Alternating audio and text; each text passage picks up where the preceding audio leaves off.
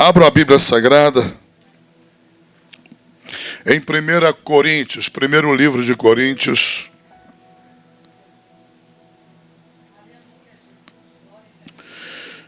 Aleluia. Capítulo 11. Ou melhor, capítulo 10, versículos 12 e 13. Primeira epístola de Paulo à igreja de Corinto. Capítulo 10 de 1 Coríntios, versículos 12 e 13. Amém? Louvado seja o nome do Senhor. Aquele, pois, que cuida estar de pé, olhe que não caia. Versículo 13. Não veio sobre vós tentação senão humana, mas fiel é Deus, que não vos deixará tentar acima do que podeis. Antes, com a tentação, dará também o escape para que possais suportar. Esse versículo, ele revela bem o amor de Deus por nós, né? Em que aspecto? O primeiro aspecto é que ele não permite sobre nós que o diabo, os demônios, lancem sobre nós uma tentação que não seja humana. Ok? Nós não suportaríamos uma tentação sobrenatural. Deus, ele está no controle de tudo, e a prova é que nem o próprio Satanás ou os demônios podem nos tentar, né? Deus a ninguém tenta. Deus prova o justo, é diferente. Ok? Mas ele a ninguém tenta. O tentador é Satanás, os demônios. Mas mesmo Satanás e os demônios, eles estão limitados por Deus a não nos tentar, senão com uma tentação humana. Segunda manifestação do amor de Deus, da fidelidade de Deus, é que ele não nos deixará tentar, sermos tentados acima do que podeis suportar, ou seja, acima das nossas forças. Qualquer tentação que venha sobre nós, apesar de não vir de Deus, mas Deus está no controle desta tentação que vem sobre nós. Controle de que maneira? Impedindo que haja uma tentação que nos tente acima das nossas forças. Terceira manifestação do amor de Deus. Antes, com a tentação, dará também o escape para que possais suportar.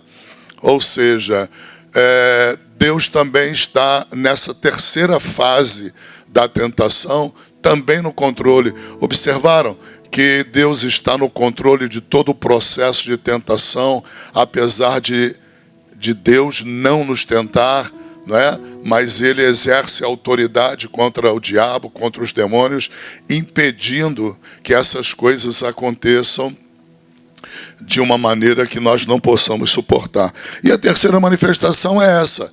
Junto com a tentação, ele vai dar o escape. Quer dizer, ele não vai dar a tentação, não é? Mas quando o diabo nos tentar, quando os demônios nos tentarem, ele, Deus, proverá o escape para que nós possamos suportar a tentação. Amém? Depois vocês meditem abundantemente nesses dois versículos, mergulhem nele, reflitam, peçam ao Espírito de Deus discernimento, entendimento, para vocês descerem a um nível de profundidade do texto bíblico capaz de alimentar a alma de vocês. Amém? Querido Deus e eterno Pai, suplicamos a Tua bondade, Pai. Suplicamos a Tua unção, Teu poder, para pregarmos a Tua palavra, Pai. Que o homem desapareça, Pai, e que seja a Tua voz, Senhor, falando com o Teu povo, através da Tua palavra. Assim nós abençoamos o Teu povo, em nome de Jesus. Amém. Então eu trago-lhes uma palavra nesta manhã sobre a questão da tentação. quando Jesus nos ensinou, através do modelo da oração que nós convencionalmente resolvemos chamar de o Pai Nosso, ali no Pai Nosso está uma das regras para as nossas orações, que é nós pedirmos a Deus que Deus nos livre da hora da tentação, ok? Deus nos livre da hora da tentação. E é preciso orar. Essa oração, essa parte da oração, é uma oração que muita gente já não faz mais. Se for levantar uma pesquisa no meio cristão mundial, mais de 90% dos crentes não oram a Deus pedindo livramento da hora da tentação. E isso é muito importante, para que, quando a tentação venha, você tenha discernimento de que é ela. E não pense outra coisa, ok?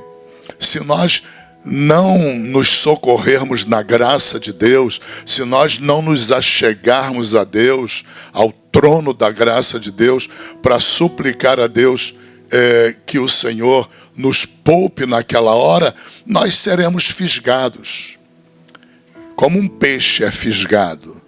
E depois que o peixe é fisgado, só resta uma coisa: se sacudir para um lado e para o outro, entrar em desespero, porque é muito difícil desprender, não é, o peixe do anzol depois dele ser fisgado. Essa tarefa para o peixe é muito difícil, entende? E esse peixe somos nós. Não podemos esperar o estágio da tentação já ter vindo sobre nós para aí orarmos a Deus. E esse erro é um erro que obreiros cometem, pastores cometem, eu cometo, vocês cometem. Nós não nos preocupamos em atuar em relação à tentação de maneira prévia, antecedente. Nós não nos costumamos a nos antecipar para atacarmos a tentação.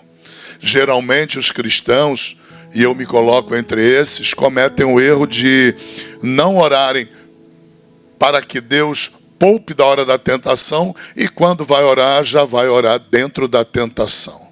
Aí o problema se torna bem mais perigoso para nós e bem mais surpreendente para nós.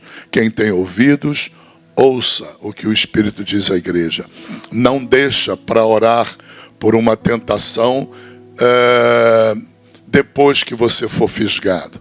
Ore antes, amém? Sem problema algum. Mantém-se em oração. Crie o hábito de, nas suas orações, estar sempre se aproximando de Deus, suplicando a Deus, que Deus cumpra. O versículo 13 de 1 Coríntios 10. Né? Não permitir que venha sobre nós uma tentação que não seja humana, né? Não permitir que venha sobre nós uma tentação além das nossas forças, não podemos suportar, e etc. Mas o melhor seria orar antes, porque aqui Deus já está tratando com a tentação já em prática. Não é? O ideal é que nós venhamos a orar antes, sempre antes, pedindo a Deus que nos poupe da hora da tentação. Ok? Que Ele arrume um escape para nós escaparmos da hora da tentação. E depois que a tentação vier, aí nós temos que nos socorrer de Deus mais uma vez. Ok? Depois que a tentação vier, é preciso aprendermos a dizer não à tentação. Deixa eu contar uma historinha para vocês. Todos vocês sabem, eu repito muito aqui, que eu fui promotor criminal e promotor criminal de homicídios. Uma área muito especializada no Ministério Público. E ali, algumas vezes eu tirei, assim, férias, cobri férias de alguns colegas meus que não eram promotores criminais dessa área. Eles eram promotores criminais de crimes comuns. E eu chamo de crimes comuns os demais crimes do Código Penal. Muito bem. E ali, quando eu ia cobrir as férias do meu colega ou dos meus colegas, qual é a situação que aparecia muitas vezes na vara criminal? Um crime de estupro. Não é? O crime de estupro no Brasil, no mundo de hoje, né, ele é muito mais comum do que nós possamos imaginar. Ok? Tomem muito cuidado com suas filhas, etc. As crianças, as jovens, né, muito cuidado. Muito cuidado quem está dentro da igreja, quem está fora da igreja. Né? Muito cuidado. Aqui nós tivemos uma pessoa, há um tempo atrás, que tinha um filho, e o filho parecia ser uma pessoa assim, normal, equilibrada, cara boa, ninguém, pela aparência, poderia julgar o que ele costumava fazer, que era praticar alguns crimes de estupro. E a polícia já estava no encalço dele. Né? Então, temos que tomar muito cuidado, né, com as filhas de 10, 12 anos, 13 anos, 8 anos, 9, ou melhor, passou da idade de criança, até mesmo criança tem que tomar muito cuidado, tá bom? Não só estupradores, mas pedófilos também são perigosos, não é? E o que é que eu aprendi ali naquela vara criminal comum desses crimes? Eu aprendi que é muito difícil para uma jovem ter consciência da necessidade dela dizer não na hora de um estupro, na hora de um assédio, seja por um pedófilo, por um estuprador, seja por um namorado desgovernado, não é, que não respeita a vontade da menina. Em quaisquer dessas situações, vai ser muito importante a jovem, e eu peço a vocês, mães e pais, criem as meninas com essa consciência, criem nelas um hábito de dizerem não. Não. Porque é um hábito extremamente difícil para as meninas. Às vezes elas não querem praticar um determinado ato, uma determinada coisa, mas acabam praticando por constrangimento. Não foram habituadas pelos pais, não é? Os pais não geraram nelas essa capacidade de dizer não. E a Bíblia fala disso com bastante número de exemplos, né? Vou citar apenas alguns exemplos, mas a Bíblia é farta em destacar homens e mulheres que foram criados ao contrário, foram criados com o hábito de dizer não. Eu me lembro que eu e Vera criamos nossos filhos com esse hábito, né? E eles eram homens. Agora, você imagina, e eu os criei com esse hábito por força da minha experiência em varas criminais, ok?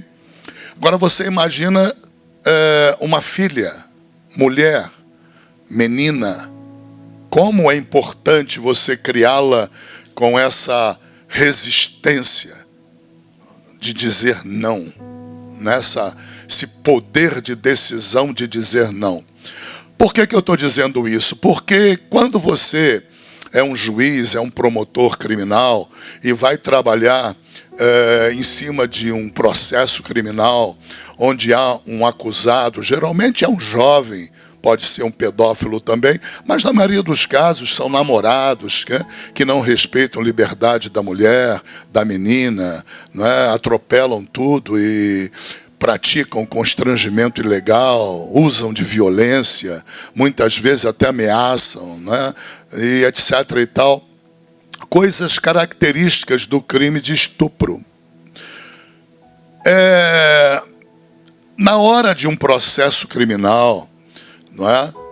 O delegado que vai investigar o fato, os policiais que vão, ou as policiais também, que vão se debruçar para a investigação, o promotor que vai conduzir essa investigação, o juiz que vai ter que julgar o fato, todos estão preocupados numa só coisa. A menina disse não.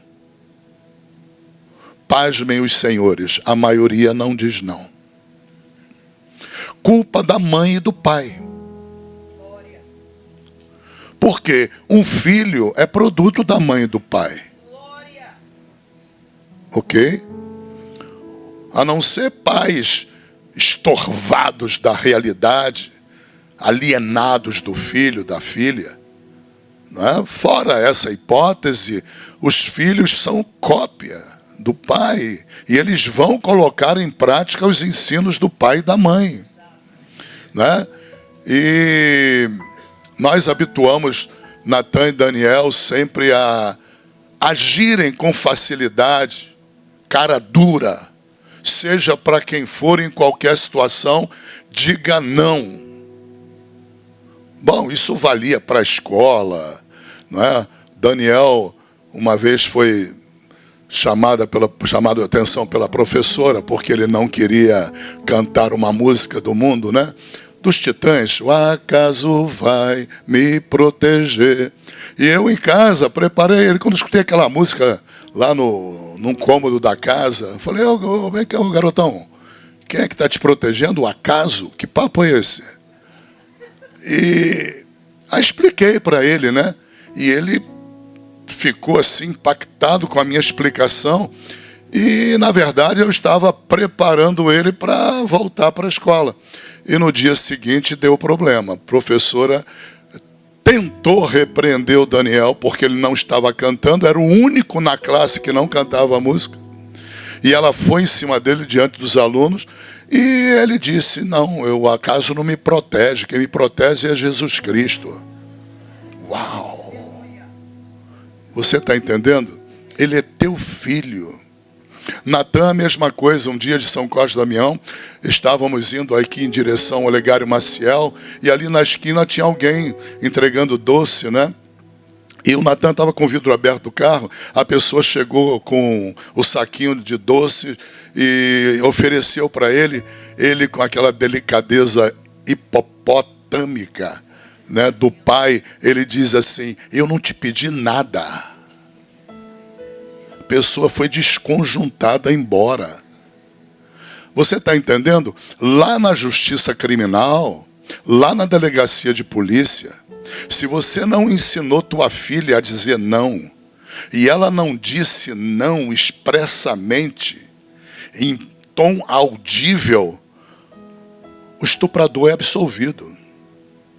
E ela vai ter que curtir aquela tragédia o resto da vida dela. O pedófilo é absolvido. Por quê? Porque existe um princípio na Constituição Federal, apesar de que hoje no Brasil o que menos tem valor nesse país hoje é a Constituição brasileira. Então, o que acontece? Existe um princípio lá que é chamado de indubio pro reo. Em latim quer dizer, na dúvida, absolva o réu.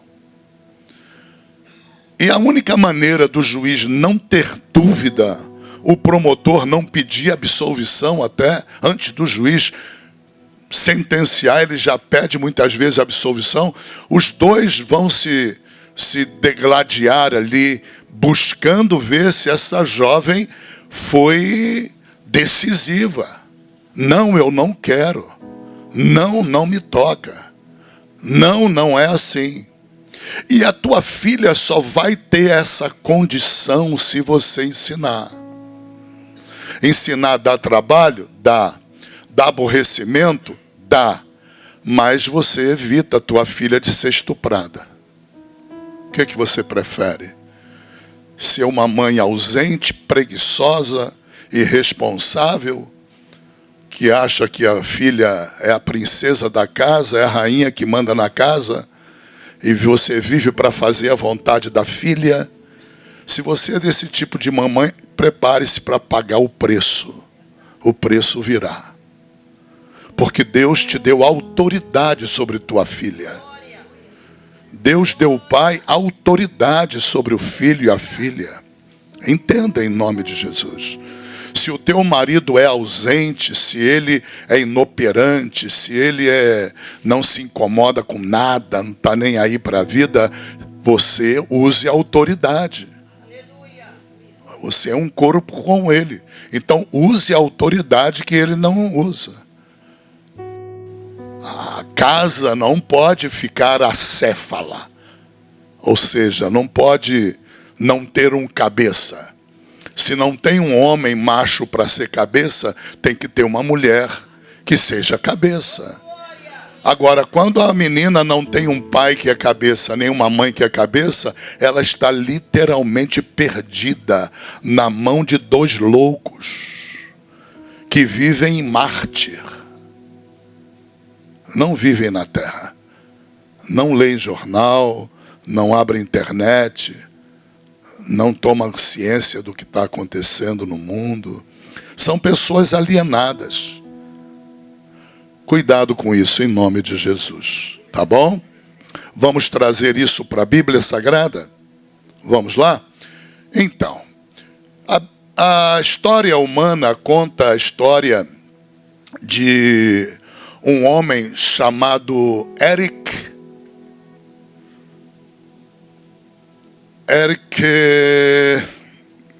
perdi o segundo nome, Liddell. Esse Eric Liddell, ele viveu no período da Segunda Guerra Mundial e ele era um presbiteriano escocês. Ele era pertencente à igreja presbiteriana da Escócia. E a igreja presbiteriana na Escócia, ela, como uma religião, né? Ela olhava para o primeiro dia da semana, o domingo, como um dia que teria substituído o sábado como dia do Senhor. E eles estabeleceram, dentro daquela religião, a norma de que todos os membros da igreja, obreiros da igreja, deveriam fazer uma aliança com Jesus de guardarem o domingo. E guardarem em que sentido? Não fazerem obra alguma no domingo. E esse Eric Liddell, ele era, naquela época, em torno do ano de 1924. Ele era considerado o atleta mais veloz daquela Olimpíada que estava acontecendo na cidade de Paris, na França, no ano de 1924. Então, ele era o candidato à medalha de ouro nos 100 metros rasos. Só teve um problema. Ele soube que os 100 metros rasos, essa competição iria acontecer no domingo. E ele disse, se acontecer no domingo, eu não corro. Bom, o negócio foi tão impactante no meio das Olimpíadas. Você imagina uma competição há uns anos atrás, em que aquele jamaicano, como é o nome dele, que era o expoente dos 100 metros rasos? Hein? Bolt. Hein? Isso. Então, esse camarada tornou-se um fenômeno, né? Nessa competição específica dentro da Olimpíada dos 100 metros rasos. Ele, durante muitos anos, foi considerado o homem mais veloz do mundo. E antes do Bolt, lá em 1924, o homem mais veloz do mundo era esse Eric Liddell, esse escocês. Né? Vocês sabem que a Escócia faz parte da Grã-Bretanha. Né? E ali, quem é que tentou interferir junto a ele? O príncipe de Gales. Eu não sei, não fiz a pesquisa, depois vocês pesquisem, se era esse atual rei Charles ou se era o pai dele da época. Não me recordo, não fiz a pesquisa. Supostamente, pelo número de anos, parece que foi o próprio atual rei Charles, que era o príncipe de Gales nessa época, e procurou pessoalmente o Eric Liddell para demovê-lo do seu não, dizendo para ele: olha, há dois problemas. Primeiro problema, se você não correr, a Grã-Bretanha não vai estar entre os primeiros colocados. E se você não correr, você também não vai ter outra chance de ganhar a medalha de ouro. Porque nas outras provas de corridas, 400 metros rasos, 1.500 metros, você não é o ponta, você não é o cara mais veloz. Há outros mais velozes que você. E ele virou-se para o príncipe de Gales e disse: não. A minha resposta é não. Bom, como é que terminou a história desse jovem? Ele morreu muito cedo, tá? Mas, ainda dentro da Olimpíada, ele se inscreveu para correr os 400 metros rasos. E ele não era um cara de resistência física para 400 metros. Ele tinha velocidade e resistência limitada aos 100 metros. Mas ele falou: bom, não vou correr nos 100 metros, vocês não vão trocar a data, então eu não corro. Como eu não corro, vou correr nos 400. E pasmem a igreja, ele ganhou a competição dos 400. Ele foi medalha de ouro nos 400 metros naquela Olimpíada. Aleluia. Ele depois foi para a guerra, e lá na guerra ele tornou-se prisioneiro do exército japonês e morreu num campo de concentração japonês. Mas ele ficou para a história como um homem que disse não, experimentando a perda da oportunidade de ser o medalhista de ouro dos 100 metros rasos, abrindo mão de se tornar o homem mais veloz da humanidade. E com todo o reconhecimento e prêmios de uma Olimpíada. Ou seja, isso custou muito dinheiro para ele. Perdeu muita grana. Perdeu muitas portas que se fecharam para ele. Mas Deus o recompensou, permitindo que ele ganhasse os 400 metros rasos. Aleluia. E ele tem todo um testemunho depois, se vocês... Eu não consegui localizar esse filme no Netflix. Se vocês quiserem buscar o nome do filme, fizeram um filme para ele chamado Carruagem de Fogo. Tá? Depois procurem esse filme, tentem assistir esse filme, para vocês se motivarem, né? Porque esse homem tornou-se, com o seu exemplo, uma das maiores motivações extra-bíblicas, mostrando a importância do ser humano em dizer não.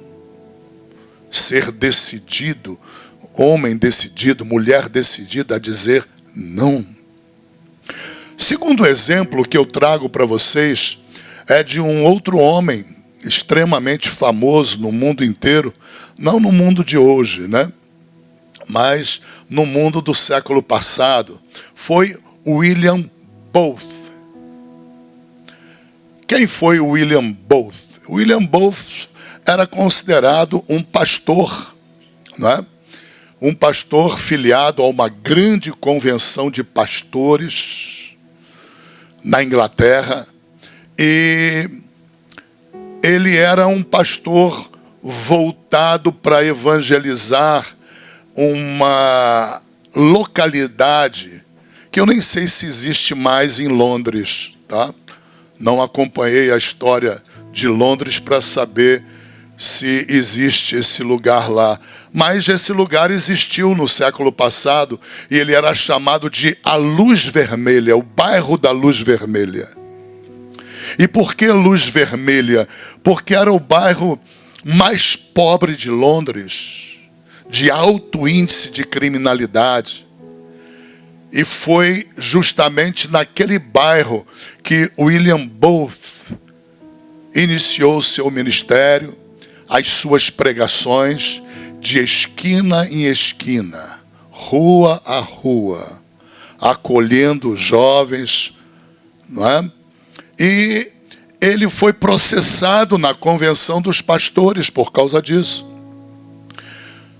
E a convenção se reuniu, milhares de pastores, lá em Londres, para julgá-lo. E a liderança da convenção de pastores decretou que ele cumprisse a ordem dos pastores. Qual era a ordem? Você só pode pregar aonde nós mandarmos você pregar. Você pare imediatamente de levar o evangelho para o bairro da Luz Vermelha. Bom, no meio desse julgamento, a esposa dele, chamada Catherine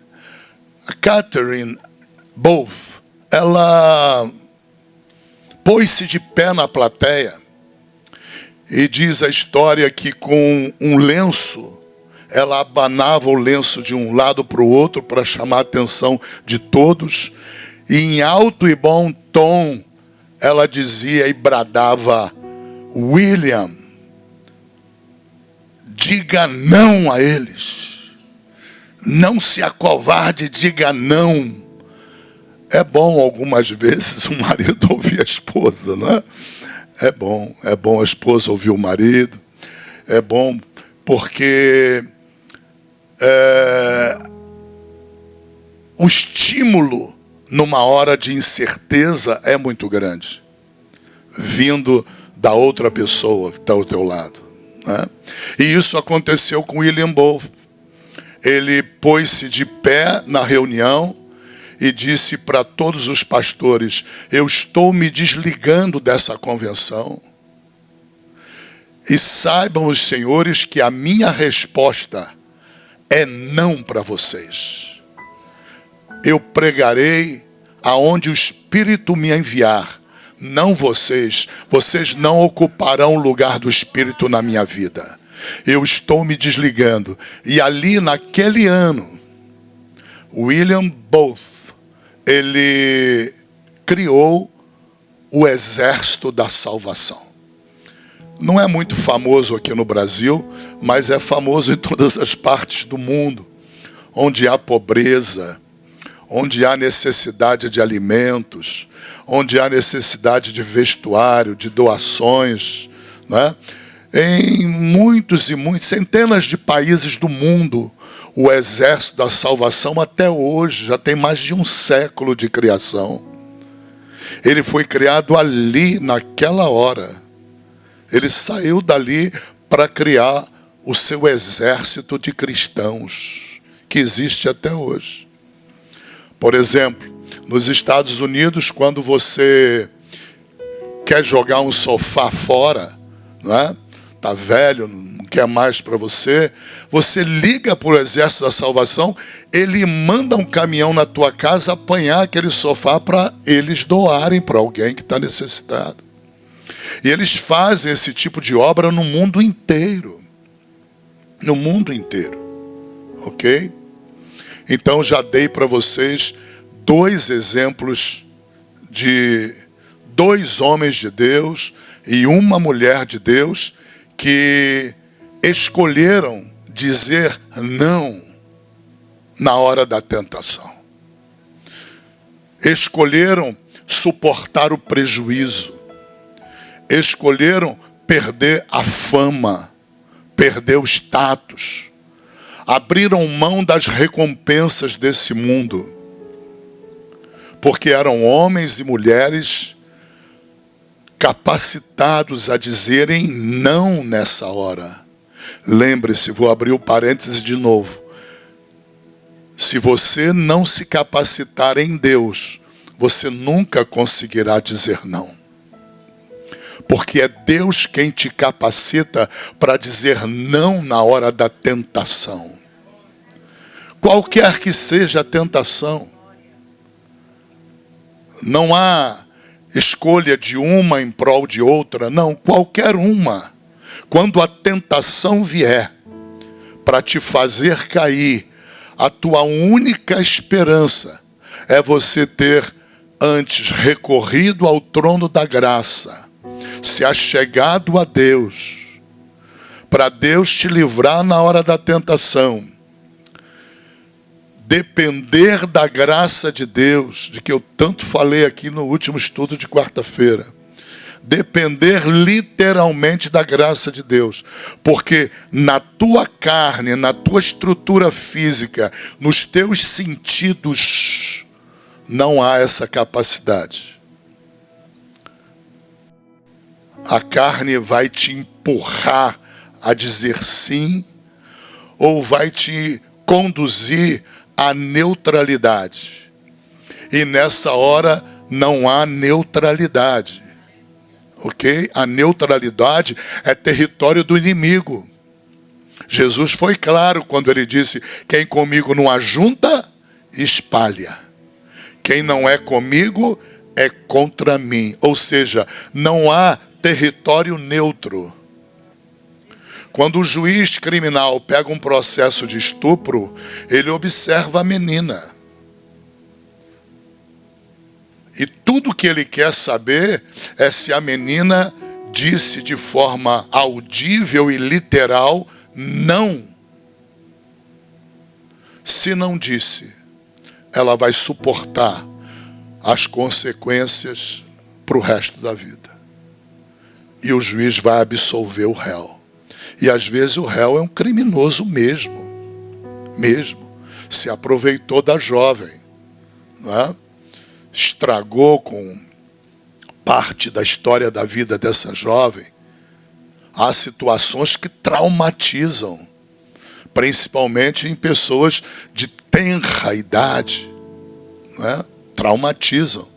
Então é importante que não só vocês como mães e pais, filhos, aprendam vocês a dizer não. A chance de vocês é o não.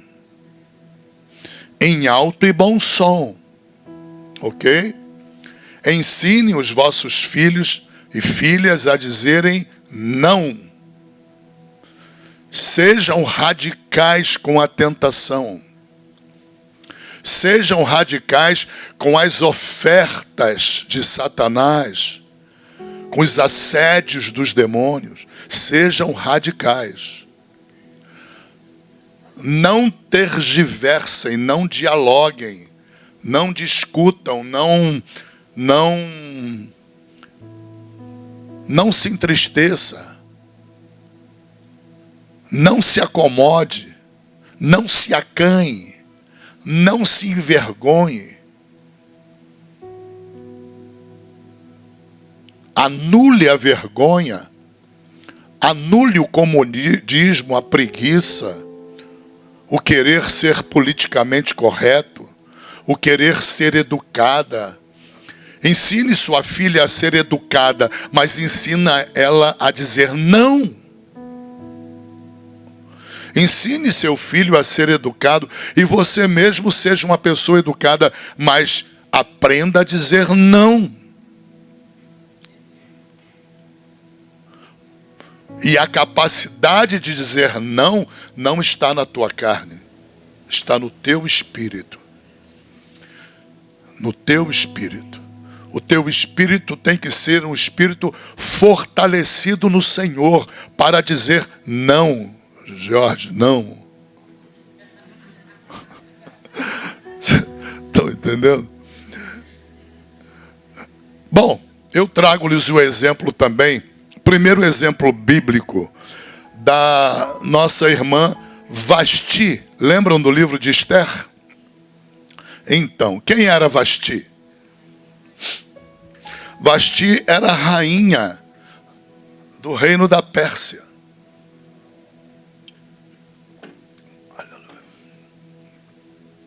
Do reino da Pérsia. No tempo do rei Assuero. O império da Pérsia, no tempo de Assuero, ele ocupava o que hoje é considerado o reino do petróleo no mundo. As principais nações petrolíferas do mundo de hoje,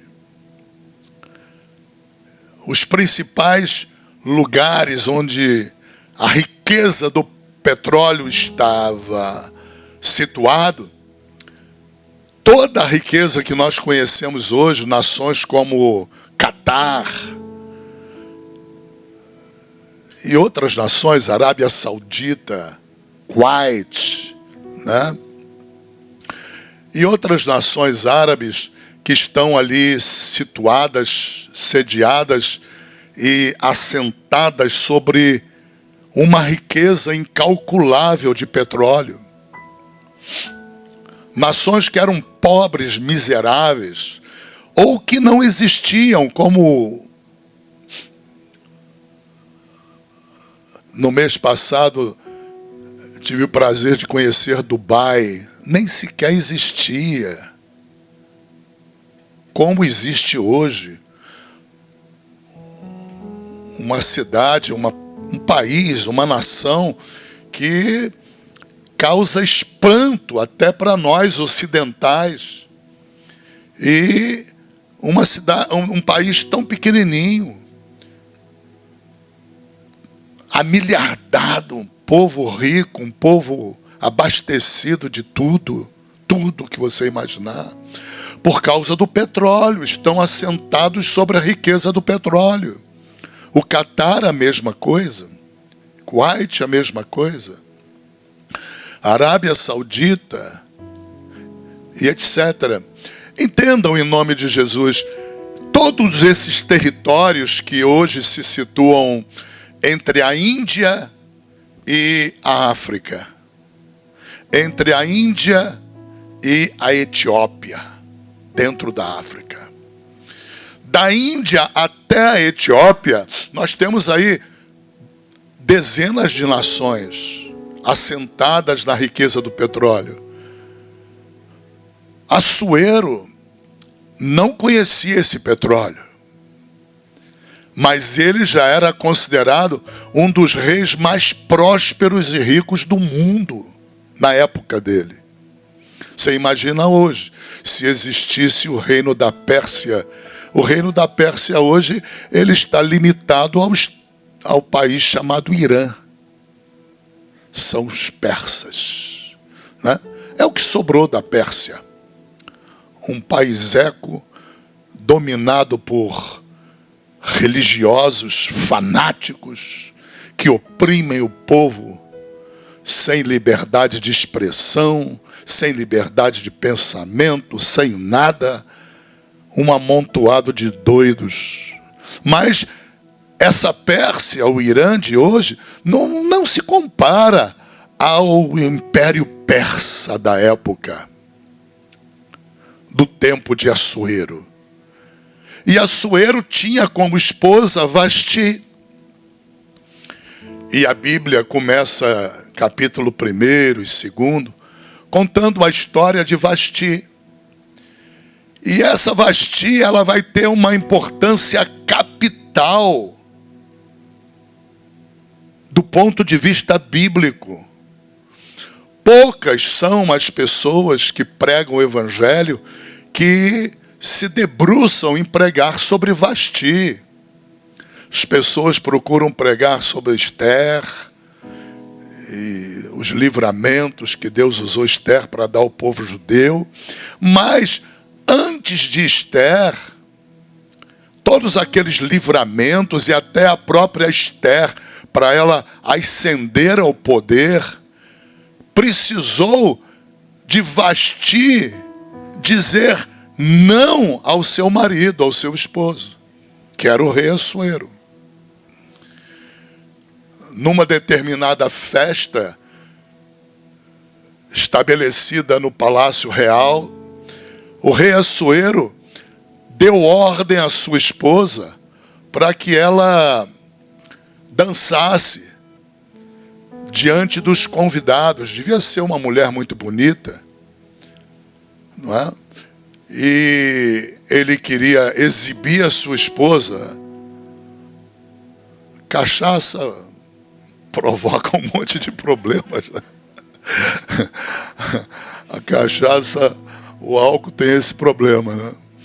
Então, o camarada perdeu o tirocínio, né? Perdeu a inteligência, perdeu a sabedoria e obrigou sua esposa a dançar para os convidados, que eram reis de outras nações, eram príncipes de outras nações, ministros de outras nações.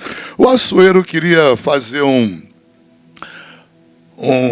evento, né, mais voltado para a realização dos olhos e da carne dos convidados, e botou a esposa para servir de alegria para a rapaziada que estava ali no palácio.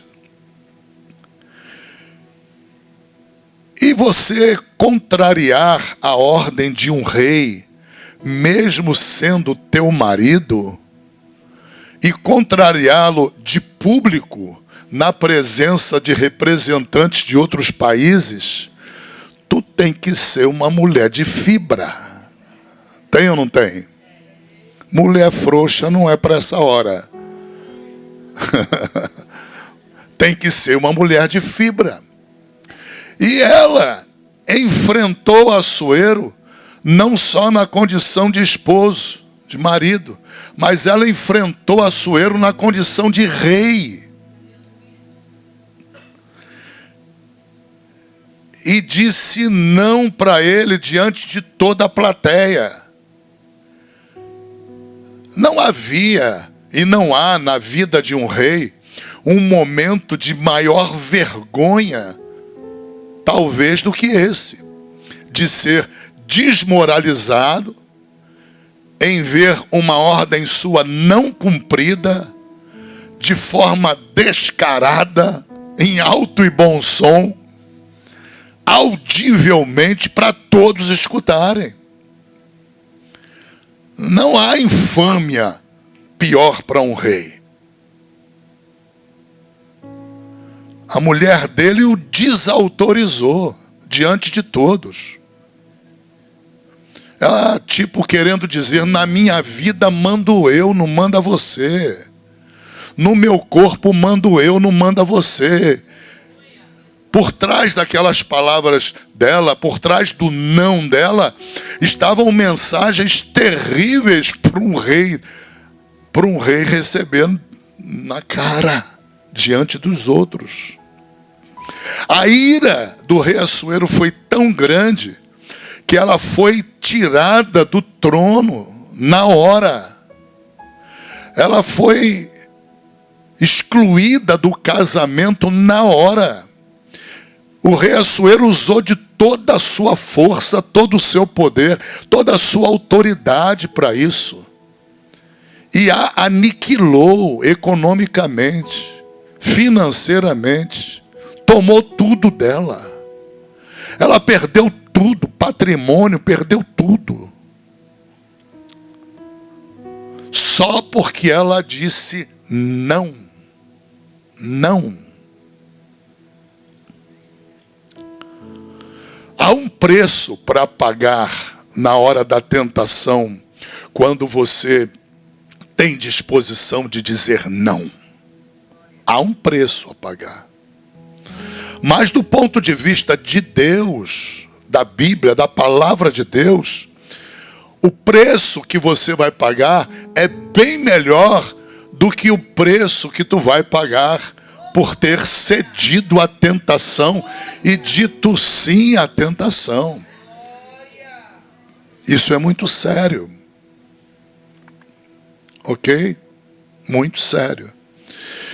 E talvez você agora vá ler a história de Vasti de uma outra maneira, numa outra perspectiva que você nunca teve. Por quê?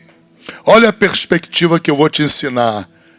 Sem Vasti, não haveria Esther.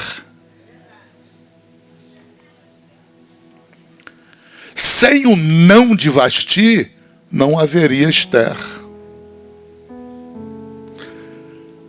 Não foi propriamente a rainha Esther quem proporcionou o livramento dos judeus do primeiro-ministro do rei Assuero, que queria acabar, dizimar com os judeus. Engraçado que tem um salmo na Bíblia, eu não sei de qual o número, as pessoas que pegam aí o pai dos burros, o Google, ajudem esse burro aqui a localizar o salmo. Há um versículo em algum salmo que diz que alguém um dia geraria no seu coração o desejo de apagar Israel da face da terra. Procurem aí se vocês encontrarem. Observem. Há poucos anos atrás, e eu digo poucos porque eu ainda era jovem, na atual Pérsia, no Irã, houve um primeiro-ministro, que falhou a minha memória o nome desse primeiro-ministro. Mas esse primeiro-ministro, ele deu cumprimento a esse versículo desse salmo, que diz que haveria alguém que teria no coração o desejo de apagar os judeus da face da terra, dizimá-los.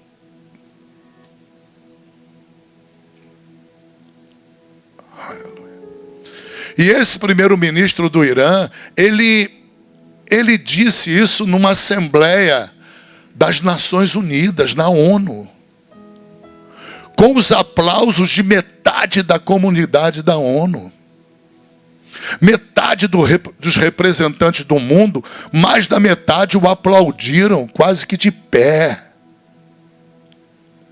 dando cumprimento ao salmo, depois de séculos desse salmo. Aleluia. Louvado seja o nome do Senhor. Mas, antes desse primeiro-ministro, que a qualquer momento vem o nome dele à minha memória, o primeiro-ministro que em primeiro lugar teve esse desejo no coração foi aquele que Esther se levantou contra ele, junto com seu tio.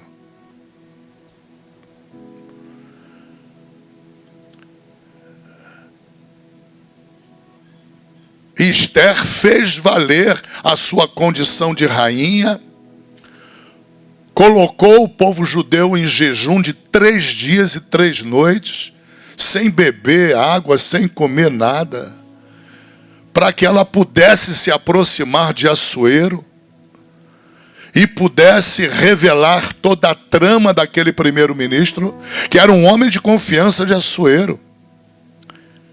E aquele propósito macabro de dizimar com os judeus, apagar os judeus da face da terra.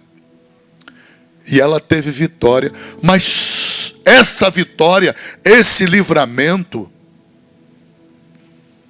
que até hoje é comemorado nas comunidades judaicas em todo o mundo, em todo o planeta.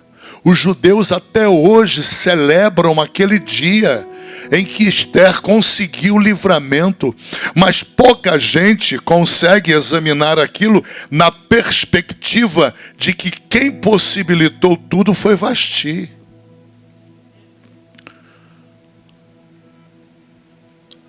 Porque se Vasti não tem coragem de afrontar o rei Assuero e dizer para ele: a minha resposta para você é uma só, não. Se ela não faz isso, Esther não seria rainha da Pérsia. E não sendo rainha da Pérsia, Deus teria que ter um outro plano para poder poupar os judeus. Você está entendendo? Então, quem vai possibilitar o levantamento de Esther, quem vai possibilitar aquele livramento de que narra todo o livro de Esther, todo o livro, quem vai possibilitar é Vasti. Imaginem o tamanho da obra feita em prol da proteção dos judeus. Ela não estava nem aí se ela ia perder todo o patrimônio dela. É possível que alguém tenha chegado nos ouvidos dela e dito: você vai perder tudo, você está humilhando o teu marido, ele é o rei, você está humilhando ele diante das nações. Aleluia. É possível que ela tenha dito: eu não estou nem aí para o que ele pode fazer, vai querer fazer, vai deixar de fazer. Marcinha e a irmãzinha não conversam não, vocês estão falando o tempo todo, por favor. Entenda em nome de Jesus. Ela não estava nem aí para isso. Ela não estava nem aí para a sua condição de rainha, esposa de Assuero. Ou seja, é necessário que você entenda que há um preço a pagar para dizer não. E só consegue dizer não quem está disposto a pagar o preço. Porque é um preço que você vai pagar na carne. Mas a tua alma será poupada. E se você não escolher pagar o preço na carne pelo não, o teu sim fará Deus não poupar a tua alma de sofrer as consequências do sim, acovardado, medroso, sem discernimento, sem entendimento. Aleluia. Louvado e engrandecido é o nome de Jesus. Ela assentou no seu coração dizer não. Ainda que ela perdesse o status que ela tinha de rainha, ainda que ela perdesse dinheiro, patrimônio, ainda que ela morresse, ainda que o rei tivesse poder e desejasse matá-la num caldeirão fervendo, ela não voltava atrás. Não.